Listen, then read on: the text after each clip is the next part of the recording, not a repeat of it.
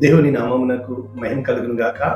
ప్రభునందు ప్రియులారా, మన ప్రభువు రక్షకుడునైన క్రీస్తు యేసు పరిశుద్ధ నామంలో మీ అందరికీ శుభములు. 20వ తేదీ మార్చి మాసము 2026వ సంవత్సరం. మార్చి కూడా పరుగులు పెడుతుంది కదా. ఏది ఏమైనప్పటికీ మన జీవితంలో దేవుడు చేస్తున్న గొప్ప కార్యాలు తలంచుకుని గ్రహించగలిగితే ఆయన నుంచి ఇంకా గొప్ప కార్యాలు పొందుకుంటాం. లేని ఎడల మన గ్రహింపును బట్టి మనం ఇంకా కృంగిపోయే వారంగా ఉంటాం. కృంగిపోవాలన్నా నీ చేతుల్లోనే ఉంది, ఆ గ్రహింపు కలగాలన్నా నీ చేతుల్లోనే ఉంది. అటువంటి వాక్యము ఈరోజు, ఆయన శరీరమందు పాపమునకు శిక్ష విధించెను, ఆయన శరీరమందు పాపమునకు శిక్ష విధించెను.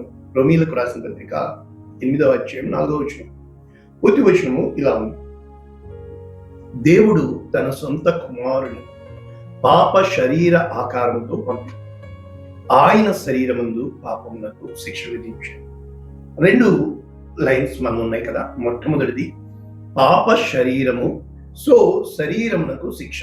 ఇంగ్లీష్ లో ఏముందో చూసి మనము నేర్చుకుంటే దేవుని యొక్క వాక్యము న్యూ ఇంటర్నేషనల్ వర్షన్ చదువుతాను. Romans chapter 8 verses 4.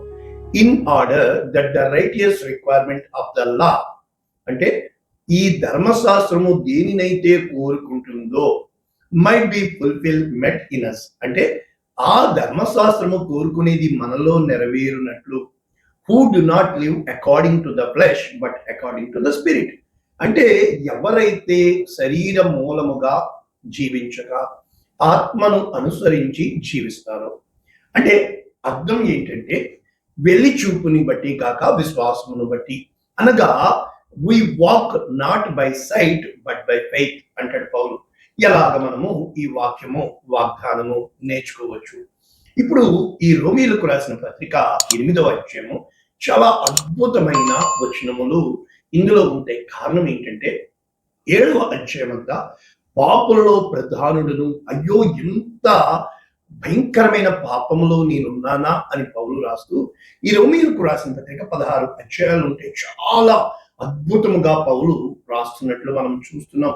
9వ అధ్యాయం అయితే అన్నింటికీ కూడా కేంద్ర బిందువుగా, అంటే ఎలా చెప్పచ్చు, 7 అధ్యాయాల వరకు పాపము గురించి చెబుతూ, అనగా 6 అధ్యాయాలు పాపాన్ని వివరిస్తూ, 7వ అధ్యాయము తానే ఆ పాపిని అని ఒప్పుకొని, 8వ అధ్యాయం మొదటి వచనము క్రీస్తు యేసునందున్న వారికి ఏ శిక్షా విధి లేదు. అంటే ఇక్కడ దెర్ ఇస్ నో కండెమ్నేషన్. అంటే అర్థం ఏంటంటే ఏ శిక్షా విధి లేకుండా క్రీస్తు యేసు ప్రభు ఎలా అయ్యాడు అనేది ఇక్కడ 8వ అధ్యాయంలో వివరించడానికి క్రీస్తు యేసునందు జీవమునిచ్చు ఆత్మ యొక్క నియమము, పాప మరణముల నియమమునిచ్చి.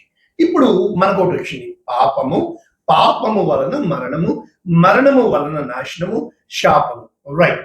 అయితే ఈ పాపము అనేది ఏంటి? ఆజ్ఞను అతిక్రమించుట. ఇప్పుడు మనము నేర్చుకుంటే దేవుడు మనుషుల్ని 2 రకాలుగా సృష్టించాడు. ఒకటి నేల మంటిని తీసి రూపము చేసి నాసికారంధ్రాల్లో జీవ ఆత్మను ఊదగా, జీవవాయువు, జీవింపే ఆత్మ. ఇప్పుడు ఆత్మ శరీరము అని చెప్పుతూ ఎలాగ మనము దీన్ని అవగాహన చేసుకోవచ్చు. ఫస్ట్ పాయింట్, ఇప్పుడు శరీరము, ఇది శరీరం. మరి ఆత్మ అంటే ఏంటి? గాలి, మనకు తెలుసు. మరి ఊపిరి అంటే ఏంటి? మనం అనుకుంటాము గాలి పీల్చడం వదలడం, కాదు. మరి ఎలా నేర్చుకోవచ్చు? ఈ ఆత్మ నియమము శరీర నియమము. వెంటనే శరీర నియమము ఏంటి? తినాలి, త్రాగాలి, బట్టలు కట్టుకోవాలి. అంటే ఏమి తిందుమో, ఏమి త్రాగుదుమో, ఏమి ధరించుకుందామో, ఎలా నివసించాలి, ఇదంతా ఈ భూలోక సంబంధమైనది. మరి ఆత్మ నియమము ఏంటి? మనిషి రొట్టె మూలమున కాదు కానీ దేవుని నోట నుండి వచ్చు ప్రతి మాట వలన అంటే ఆత్మ జీవించాలి అంటే దేవుని వాక్యము కావాలి. ఆత్మ బట్టలు కట్టుకుంటుందా? లేదు, మహిమను వస్త్రముగా ధరిస్తుంది. ఇక మరి ఆత్మ ఏమి త్రాగాలి, తినాలి మనం నేర్చుకున్నాం. నీ వాక్యము నాకు అన్నపానములు, కనుక ఆ బండలో నుండి సైతము జీవ జలముల ఊటను నేను నీకు ఇస్తున్నాను. ఇదిగో ఎవడైనను దప్పిగొనిన ఎడల నా యొద్దకు వచ్చి దాహం తీర్చుకున్నాను. కనుక ఇప్పుడు మనము ఎలాగ నేర్చుకోవచ్చు? క్రీస్తు యేసునందు ఉన్న జీవము ఏమిటంట? పాపము మరణము నియమము నుండి. అంటే ధర్మశాస్త్రము ఏమి చెప్తుంది? శరీరమును అనుసరింపక ఆత్మను అనుసరించు. అంటే ధర్మశాస్త్రము కేవలము శరీరమునకు శిక్ష. ఇప్పుడు శిక్ష, పనిష్మెంట్. ఇప్పుడు ఒక్క మాటలో చాలా సార్లు అనుకున్నాను, మనుషులు ఎందుకు కొట్టుకుంటారు, ఎందుకు మనిషిని కొట్టాలా? బైబిల్ వాక్యం చెప్తుంది, బెత్తము వాడని తండ్రి కుమారునికి విరోధి. అంటే ఇప్పుడు ఏం చెప్పడానికి ప్రయత్నిస్తున్నాను, శరీరాన్ని ఎందుకు కొట్టాలి? మరి ముఖ్యంగా పౌలు ఏమంటాడు, నేను ఇతరులకు బోధించిన పిమ్మట భ్రష్టుడనైపోదునేమో అని నన్ను నేను నలగొట్టుకుంటున్నాను. ఎందుకు ఉపవాసాలు ఉండాలి, ఎందుకు జాగారాలు చేయాలి, ఎందుకు అన్ని విషయంలో మీకు శరీరము కోరేది, ఆత్మ వాంఛించేది. అంటే ఈ శరీరానికి ఎలాగ అన్నపానములు కావాలో ఆత్మకి కూడా అన్నపానములు కావాలి. ఈ శరీరానికి ఎలాగా కట్టుకోవడానికి వస్త్రాలు కావాలో ఈ ఆత్మకి కూడా వస్త్రాలు కావాలి. కనుక అనేక సార్లు కళల్లో మనం దిగంబరులముగా కనబడుతూ ఉంటాం. అంబరము అంటే వస్త్రము, దిగ అంబరి, వస్త్రము లేనివాడు. కనుక ఇప్పుడు మనం ఎలా చూడవచ్చు ఈ వాక్యము అని అంటే, శరీరానుసారులు శరీరము మీద మనస్సు ఉంచుతారు, ఆత్మానుసారులు ఆత్మ మీద మనస్సు. ఈ మైండ్, ఇప్పుడు ఇది మైండ్, ఇది హార్ట్. అయితే మనము ఎలాగ దేన్ని ఫోకస్ చేస్తున్నాము అనే గొప్ప ఫిలాసఫీ ఇక్కడ ఈ 8వ అధ్యాయంలో మనము చూడగలుగుతున్నాం. శరీర అనుసారమైన మనసు మరణము, అయితే ఆత్మ అనుసారమైన మనసు జీవము, సమాధానం. ఎలాగా? ఇప్పుడు యుద్ధాలు జరుగుతున్నాయి, సమాధాన పరిచే వాళ్ళు ఒక్కళ్ళన్నా ఉంటే ఎంత నష్టం జరుగుతుంది. కోటీశ్వర్లు ఆ యొక్క వికారులైపోతున్నారు. ఆ 2020లో మనం చూసినప్పుడు కరోనా వచ్చింది, అదే జరిగింది. ఇప్పుడు 2026లో యుద్ధం వచ్చింది, ఇదే జరుగుతుంది. అంటే ఈ శరీరానుసారమైన మనసు దేవునికి విరోధము, ధర్మశాస్త్రమునకు లోబడదు, ఎంత మాత్రము కూడా ఒప్పుకోదు. అయితే శరీర స్వభావము గలవారు దేవుణ్ణి సంతోషపరచారు. కనుక ఇప్పుడు ఎలాగో చెప్పొచ్చు ఈ వాక్యాలు అనేది మనం చూస్తే, రోమీయులకు రాసిన పత్రిక 7వ అధ్యాయం 7వ వచనం ఏం చెప్పడానికి ప్రయత్నం చేస్తాడు అంటే, ధర్మశాస్త్రం పాపమైందా, వద్దు అన్నందుకు పాపమైందా? కాదు. చాలా విషయాల్లో నేను చెప్తాను, నాక్ చేసి రండి డోరు అని చెప్తాను. వాళ్ళకి ఎంత కోపం వచ్చేస్తుందో వచ్చి వెంటనే తలుపు తీసేస్తారంతే. ఎక్కడికి వెళ్ళినా మీరు నాక్ చేయండి. ఒక ఆయన అయితే తలుపు తీస్తాడు, లోపల ఉన్న వాళ్ళకి దెబ్బతేది. అయ్యా నాక్ చేసి అచ్చ బాబోయ్, నా మీద ఎంత బురద చెల్లారంటే, హాయ్ నన్ను తలుపు కొట్టి రమ్మంటాడా? ఇదేంటండి బాబు, తలుపే కదా కొట్టమన్నాను, ఎవరు లోపల ఉన్నారో తెలియదు కదా, తలుపు నాక్ చేసి వెళ్ళడం అనేది ఎందుకమ్మా? వాక్యం వింటున్న మీకు నేను చెప్తున్నాను, చిన్న విషయాలే. అయ్యగారు నేను ఫలానా అండి అని మాట్లాడితే ఎంత బాగుంటుంది చెప్పరు. ఎవడా యారువా, ఏం మాట్లాడుతున్నావు, ఎవరితో మాట్లాడుతున్నావు? ఒక్కసారి ఆలోచించు. ఇది శరీరము, ఇక్కడే మన్ను కనుక మన్ను. నీకొచ్చే రోగమైనా, నీకొచ్చే వ్యాధి అయినా, నీకు తగిలే దెబ్బ అయినా, మరి ఏదైనా శరీరానికి తప్ప ఆత్మకి కాదు సుమా. ఈ మనస్సు బాధపడినా, శరీరం బాధపడినా ఆ గ్రాఫ్ తీసినప్పుడు అదే కనబడుతుంది. కారణం ఏంటంటే, ఈ మనస్సుకి గాయాలు అనేది నీవు ఆలోచించే విధానాన్ని బట్టి నీ శరీరాన్ని చూస్తున్నావు. ఎప్పుడైతే నీ శరీరము మహిమ శరీరంగా నువ్వు ఎంచుకుంటావో, క్రీస్తు యేసునందు ఉన్న వారికి ఏ మరణము లేదు, క్రీస్తు యేసే నా యందు జీవించుచున్నాడు, ఇకను అంటే నీ ఆలోచించే విధానము మారడమే అనుసారము శరీరం. ఏవేవి నాకు లాభకరములైనవో వాటిని పెట్టతో ఏదేది నాకు కష్టం అనుకుంటున్నానో దాన్ని ఇష్టంగా చేస్తున్నాను. అంటే ధర్మశాస్త్రము ఉంటేనే పాపం అనేది తెలుస్తుంది. ఒకవేళ ఆశించవద్దు అని ధర్మశాస్త్రం చెప్పకపోతే దురాశ అనేది ఏంటో నాకేం తెలుస్తుంది? కనుక ఈ పాపము అనేది ఆజ్ఞను హేతువు చేసుకుని నాలో దురాశలు పుట్టించి నన్ను మరణానికి ఈడ్చుకుంది. మరణము అనగా దేవునితో తెగతింపులు. కనుక నేను ఒకప్పుడు ధర్మశాస్త్రము లేకుండా జీవించుచుంటిని. అయితే ఈ ధర్మశాస్త్రము నాకు తెలియదు, కానీ అది నాలో పాపము కడుతుంది. కనుక జీవమునకు హేతువైన ఆజ్ఞ నాకు మరణమైన అలా అనకూడదు. మరి ఏం చెప్పడానికి చెప్తున్నాడు? ధర్మశాస్త్రము పరిశుద్ధమైనది, ఆజ్ఞ పరిశుద్ధమైనది, నీతి ఉత్తమమైనది. అయితే ఉత్తమమైంది నాకు మరణం ఎందుకైంది? కనుక పాపము పాపముగా కనబడు నిమిత్తము ఆజ్ఞను ఇవ్వడము మాత్రమే జరిగింది. కనుక ఈ ధర్మశాస్త్రము ఆత్మకి సంబంధించింది. అయితే నేను పాపమునకు అమ్మబడి శరీరమునకు ఎలాగా ఎలాగా ఎలాగా ఇక్కడ చెబుతూ ఇక్కడ ఈ ధర్మశాస్త్రము కృప కనుక ధర్మశాస్త్రము ఏలుబడి కృప ఏలుబడి అంటే మనము ధర్మశాస్త్రములకు లోనైన వారము కాదు, కృపకే. అంటే 6వ అధ్యాయము 14వ వచనము ఈ యొక్క రోమీలకు అంటే ఏం చెప్పడానికి ప్రయత్నిస్తున్నాను, గలతీలకు రాసిన పత్రిక 5వ అధ్యాయము 14 కావచ్చు, మనము చూసినప్పుడు ఈ రోమీలకు రాసిన పత్రిక 13:8 కావచ్చు.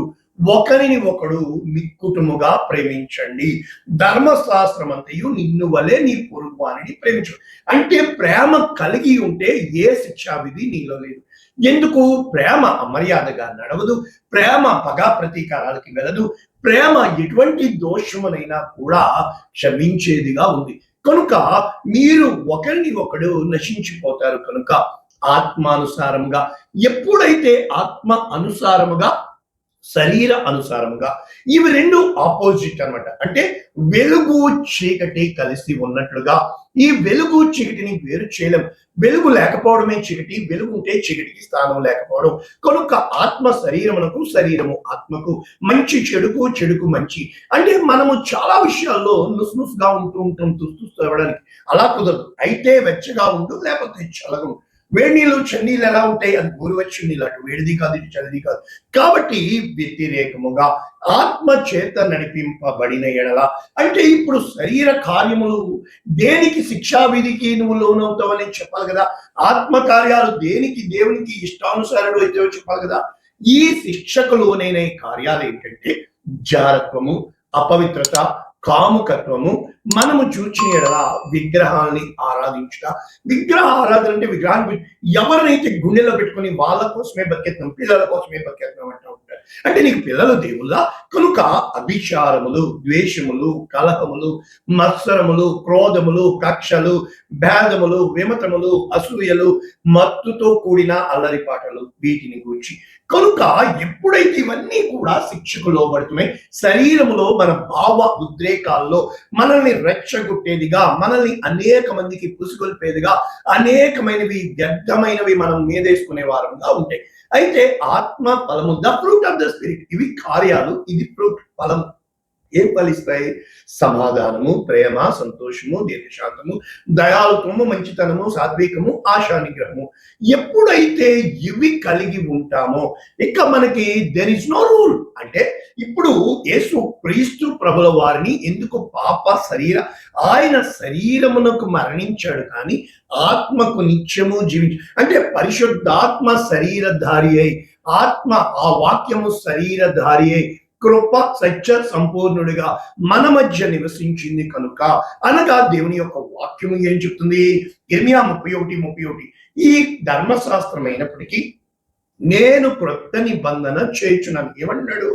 ఐగుప్తులో నుండి రప్పించిన నిబంధన కాదు, వారి మనస్సులలో, వారి హృదయము మీద ఎప్పుడైతే నేను వారికి దేవుడనయ్యుందునో వారు నాకు జనులగుదురు. ఇదే వాక్యాలు యెహెజ్కేలు 36:26 చెబుతూ నూతన హృదయము మీకు ఇచ్చిన, నూతన స్వభావము కలుగు చేసిన. కాబట్టి రాతి గుండె తీసివేసి మాంసపు గుండె. ఏమిటి నూతన హృదయం, నూతన స్వభావం అంటే? ఒకే ఒక్క మాటలో ఇంతకు ముందు కానీ ఇప్పుడు అరే ఏం చేసిందిరా నా ఆవేశము? ఆవేశం స్థానంలో ఆలోచన ఉంటుంది. అంటే ఆత్మను మీ అందుంచి, దేవుని ఆత్మ. కనుక యెషయా 61, యెషయా 63, నా ఆత్మ అతని అందుంచెదను. కాబట్టి ఆత్మ మనలో కార్యము చేయడమే అభిషేకం. వీళ్ళంటారు అటు ఇటు చెప్తారు, ఎందుకులేండి. కనుక నా కట్టడలను అనుసరించి వారిగా, నా విధులను గైకొను వారిగా, కనుక నేను మీ సకల అపవిత్రతను పోగొట్టి. కనుక దేవుడు ఈ కార్యాలు చేయడానికి ఈ యొక్క పాపమే ఎరుగని ఆయనను పాపముగా మన కోసము ఎప్పుడైతే ఆ శరీరము, ఆయన శరీరధారి అయ్యాడు కనుక ఆ శరీరము మరణము పొందినంతగా ఆయన శరీరము ఇక్కడ విడిచిపెట్టబడి ఆ శరీరము పునరుద్ధాన శక్తిని పొంది ఎప్పుడైతే మహిమ శరీరముగా మార్చబడిందో మన జీవితంలో ఈ రోజు నుంచి నీకు రోగాల ఒక్కటే, అన్నిటికంటే ఘోరమైనది హృదయం.